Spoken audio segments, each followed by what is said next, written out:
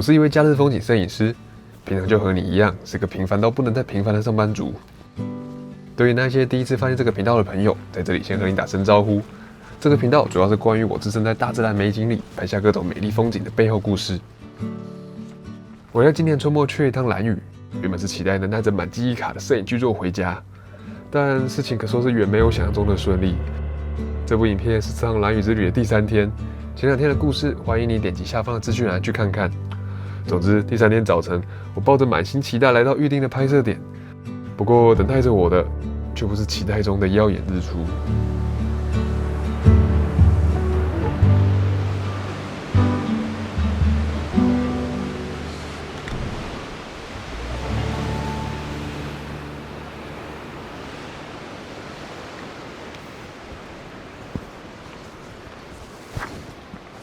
结果今天这个早晨呢，我选择了到情人洞这边来拍摄日出。我现在在的这个位置是情人洞的南边的一个海岸，那海岸上布满了很多很崎岖的礁石。那正如大家早上看到的，就是今天的日出的条件其实并不算太好。我光是起床的时候，然后往东边一看，其实好像应该要开始有一点日出的那种色彩在天空上了，但是都还是灰蒙蒙的一片。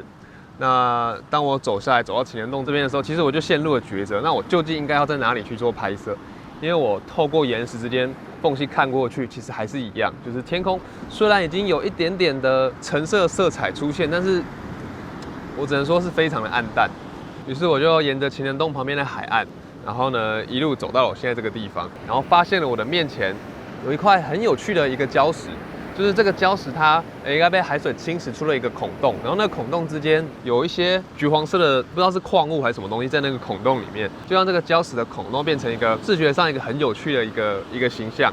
那虽然今天很遗憾的没有日出，可是呢，往东南方的海面看过去，其实我还是有看到云彩稍微有一点点的，被染上一点点黄色的色彩。然后兰屿东南角上空又聚集了一片很厚重、很深的那个云。那这个很深层的颜色就刚好跟它旁边的那一些有一点色彩的天空，有一点色彩的那个云朵，呈现一个很特别的一个对比。所以我就在海滩上花了一些时间，去试图与这些元素去组合成一个我觉得最理想的一个画面。那拍摄呢，我用了2070的镜头，然后我是用最广的24端的这个焦距，这是我少数会让我觉得我的焦段不够的那种感觉。我希望我的焦段可以再更广一点。然后前面呢，我就装了一块偏光镜，然后一样减光镜，还有一块渐层减光镜。那减光镜装的是 ND32，用以去把海水去抚平，让我的海水看起来不要这么的杂乱。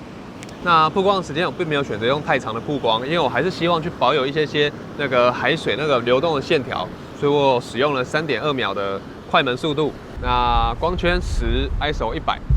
那就来拍摄喽。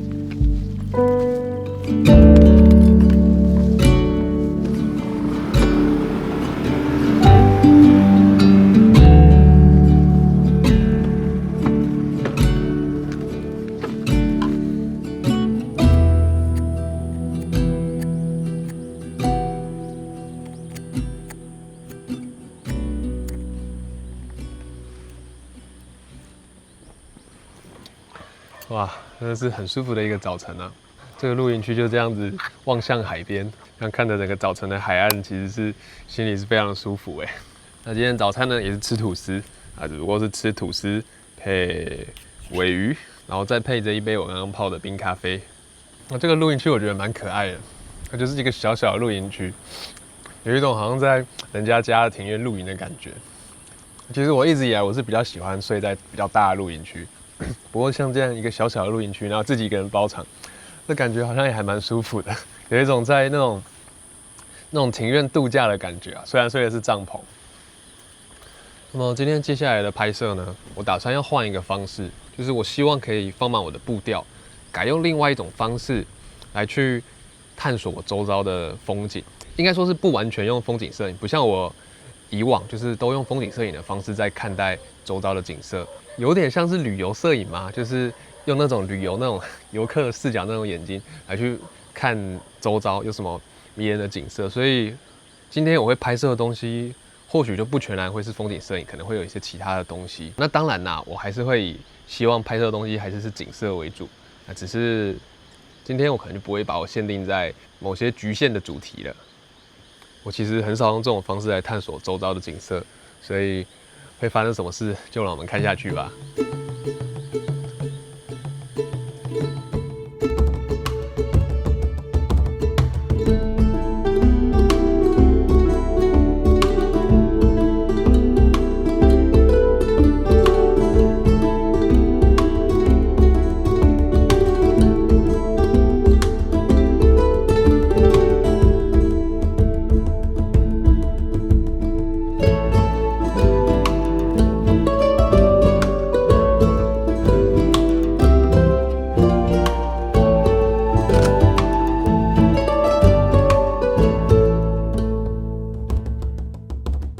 还记得我提到这趟兰屿之旅没有想象中的顺利吗？接下来这个半天也是一样，超级晴朗的好天气，使得要在生硬的光线里寻找景色，成为一项相当困难的挑战。这也是使我决定放缓步调，不要执着于纯粹拍摄风景的原因。但说是这么说，尽管我已经不断在脑海里提醒自己要用不同的角度看待身边的景色，可是对我而言，情况仍没有改善太多。一方面，这本来就不是我擅长的拍摄方式；另一方面，我也开始意识到，比起寻找身边的风景，我更像是在强迫着自己，在没有太多共鸣的景色里寻找连结。这不是件好事，可是为了完成影片而带来的压力，依旧驱使着我继续做下去。老实说，这几张相片我都并不满意，但确实都是我挣扎着拍出的相片。不知道你有什么想法？欢迎你可以在下方留言，我很好奇你的看法。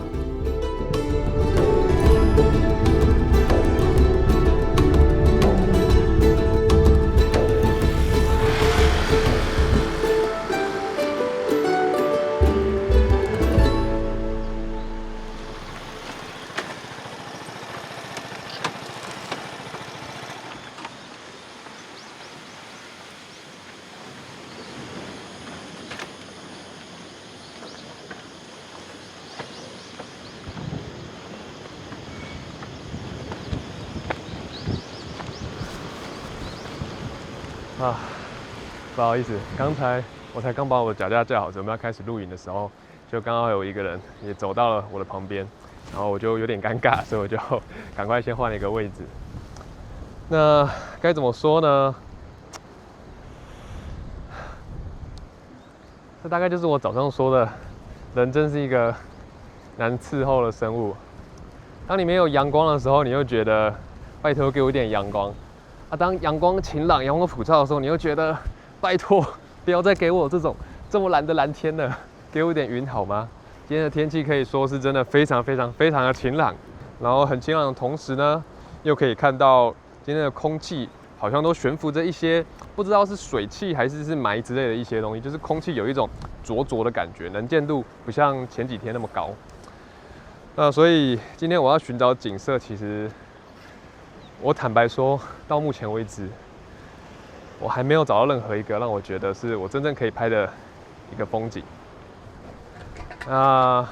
刚才好了，风实在太大了，我还是改用手拿好了。我刚刚说，就是我到目前为止还没有找到任何一个比较满意，然后会比较想要拍摄的风景。其实我不知道是我给自己的压力太大，还是怎么样。我原本想说，我把我的步调放慢，然后试着用另外一种角度来看周遭的风景。可是我很坦白的说，即便我已经尽量把我的步调放慢，尽量去感受周遭的风景，在这个蓝天之下，我还是几乎找不到真的可以触动到我，真的可以让我想要拍摄的风景。那现在距离日落大概还剩下1个多小时的时间，所以现在我大概就是也只能寄希望于这个最后的1个小时，看有没有办法等到天空出现一点变化。至于到底能不能在这个最后的兰屿的最后一个傍晚获得满意的照片，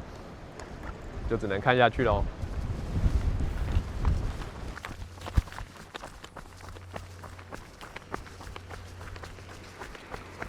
一切都变化得太快了。我刚刚才在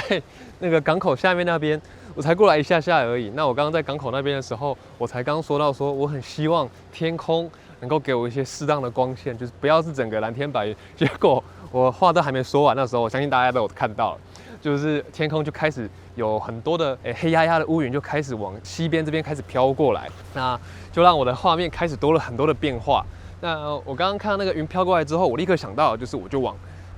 更南边这边走，因为我知道小兰屿在就是东南方，我想说，或许我可以用小兰屿来当做是一个拍摄主题，因为如果说现在有云层，那阳光如果从那个云系之间透下来，照亮小兰屿，那或许会很漂亮。然后结果正当我架好脚架，然后开始在拍摄小兰屿的时候，结果立刻就被另外北边的一个景象给震撼到了。就是往我的北边这边看过去呢，可以看到绵延过去的海岸的断崖。那远远的地方其实可以看到那个叫做老人岩，就是在青青草原下面的老人岩。那就在刚刚，突然就开始有一束又一束的那个云系光从云层之间透下来。刚开始是先照亮青青草原后面的，就是等于是远方的天空啦，没有照亮青青草原本身。那过了一阵子之后，突然间我看到的是有一束光是直接就这样子从云层之间透下来，然后直接扫过青青草原，就是把整个青青草原染成一个很漂亮的带着金黄的绿色。我真的必须非常感谢，在那个瞬间，因为我一看到那个画面，一被震撼到，我就立刻按下来快门，真的要非常感谢，因为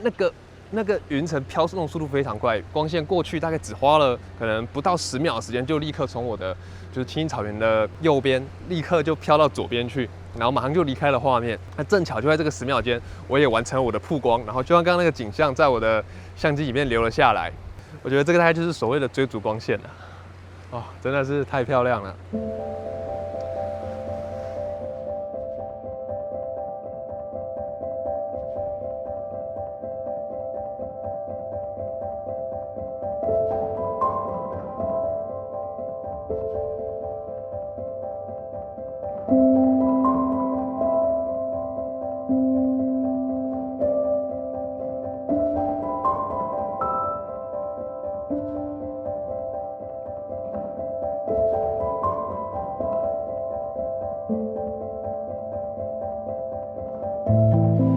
那现在距离日落呢，大概剩下40几分钟。那我现在就要赶快往北移动到兰屿北边的兰屿灯塔，也就是我们前几天在上一集里面去的那个灯塔，去那边赌看，看能不能在这个最后的一次日落，捕捉到很漂亮的阳光洒落在兰屿绵延的山脉的画面。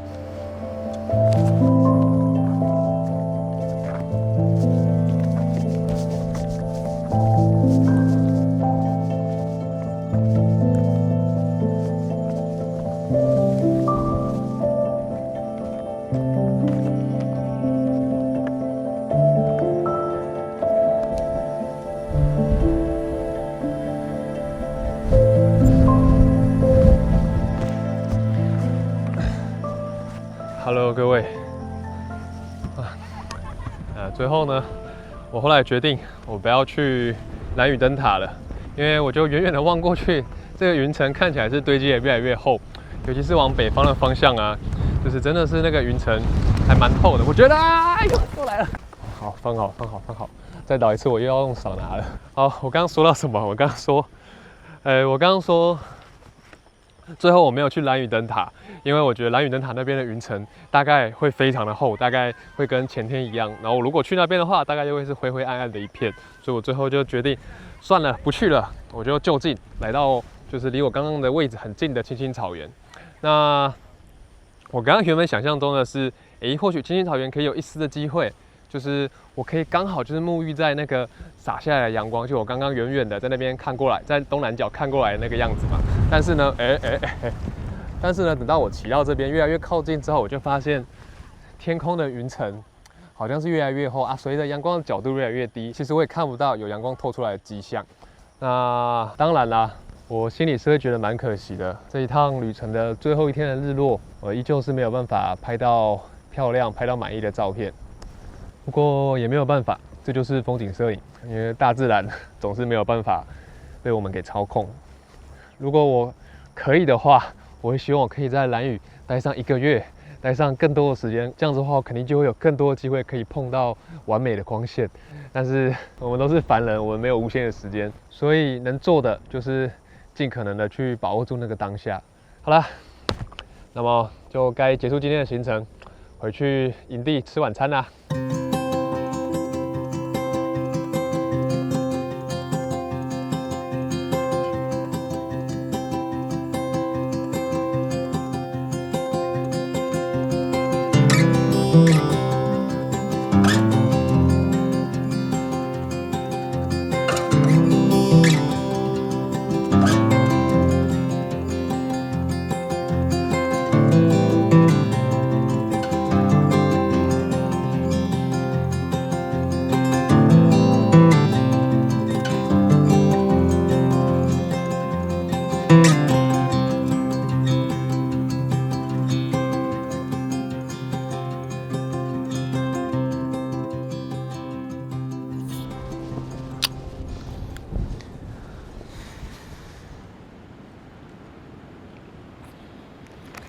我第一次来兰屿的时候就已经想说要吃飞鱼了，可是那一次来的时候，因为那时候是10月份，已经过飞鱼季了，所以我那一次就没有吃到。然后我就心心念念的一直想着新鲜的飞鱼，然后就这样过了7年，到现在2025，我才终于第一次吃到飞鱼。而且那一间店的调味还蛮好吃，它就是吃那个飞鱼的盐味，然后只有加盐巴这些调味料而已，就吃起来不会腻。然后又可以吃到飞鱼的那个新鲜那个味道。其实我原本是想说我要把它外带回来到露营区这边来吃的，但是老板他说他们没有做外带，所以就只好他们店面吃的。那明天就是我这一趟行程的最后一个早晨。有一个好消息是，从气象预报上看起来，明天的天气已经好转了，就是不像原本报了，明天大概都会是阴雨的天气，至少早上的时候都还是晴天。只是坏消息就是，如果说那个晴天也是像今天一样，就是一个超级大晴天，那我还是一样，可能就没有什么机会能够拍到漂亮的照片。明天早上我希望能够拍到好的照片。可是另外一方面呢，我在想，如果说明天早上也是跟今天早晨一样，我可能也陷入了一个我其实根本就找不到适合拍的东西，我真的没有办法。然后我已经出现这种压力的时候，我会选择就是那我干脆就不要拍了，就把时间留给我自己，然后享受一下兰屿最后的这几个小时的时光。然后明天的船是早上9点，我也还需要早起去拍日出，所以我想我要赶快进到帐篷里面去换一下衣服，然后去洗个澡，迎接明天的早晨啦。好啦，那我们就明天见喽。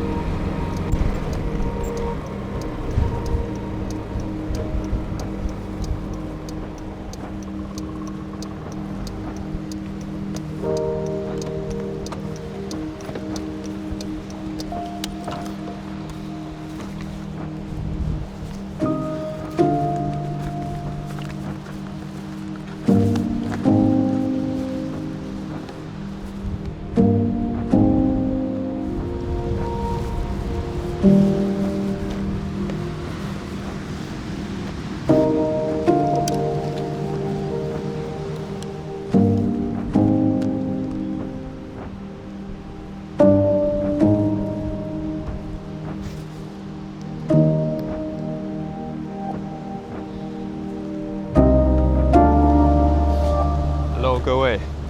现在刚过了日出时间结果今天呢，很遗憾的，天空又再一次的被乌云给笼罩。不过我觉得很幸运的一件事情是跟昨天不一样的是，我可以看到东方的天空，日出的方向呢，有透出了一块小小的天空，那一块小小的地方被染成了很亮眼、很耀眼的一个橘红色。那我现在在的地方就是野营冷泉。事实上，我刚刚到这里的时候，其实我很苦恼，因为天空一片灰暗，原本已经在考虑说，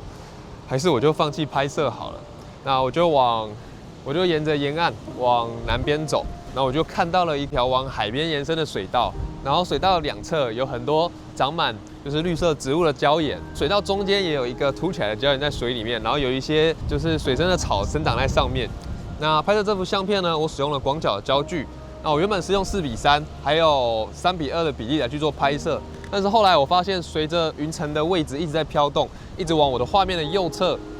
飘过去，我不得不，因为我的拍摄主题其实除了天空之外，也是海面上流动的这个水道，所以为了要把这2个元素同时都装下，所以我就不得不把我的焦距拉得变得更广，然后呢，也把我拍摄的比例改为1:1，然后把我的镜头稍微往右边一点调整。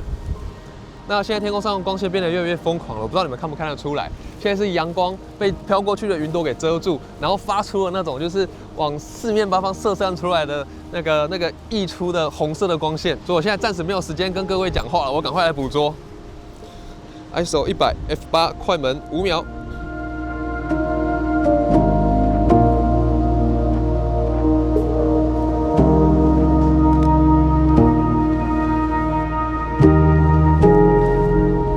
你们应该有看到刚才那个光线吧？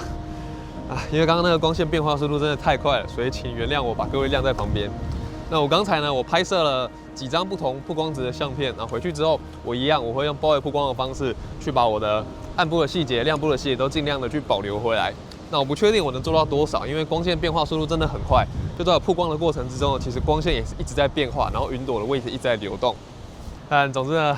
现在太阳已经慢慢的往上升，已经又躲到云层后面去了，所以我想今天的这个拍摄大概到这边也算是结束了。那这张相片啊，我觉得应该会是我这趟行程、这趟旅程里面我最喜欢，然后也最满意的一张相片。我现在真的是很庆幸，我在准备要放弃的那一刻，有下定决心再绕着海岸线再走一下，然后才有了今天的这张照片。那这部影片到这边，我想应该也算是告了一个段落了。我真的很感动。这个影片最后不是什么都没有的结束，而是有一个就这样结束在一个高潮。那现在呢，我应该会坐在这边享受一下眼前的这个景色，然后就要回到营区去整理装备，去撤营撤帐，然后准备慢慢的要移动到开远渔港去。好了，那么我想我们就下次见喽，拜拜。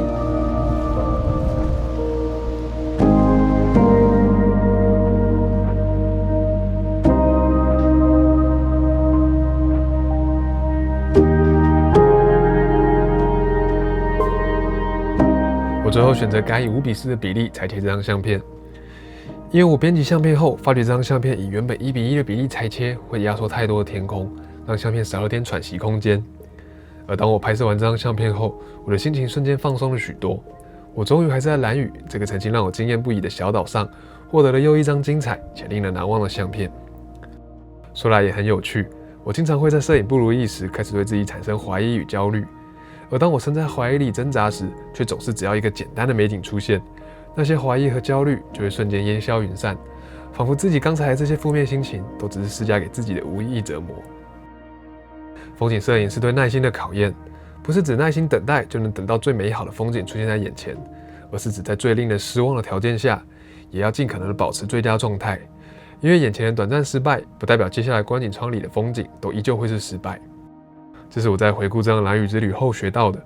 也是往后我的摄影之旅里需要牢牢记在心里的。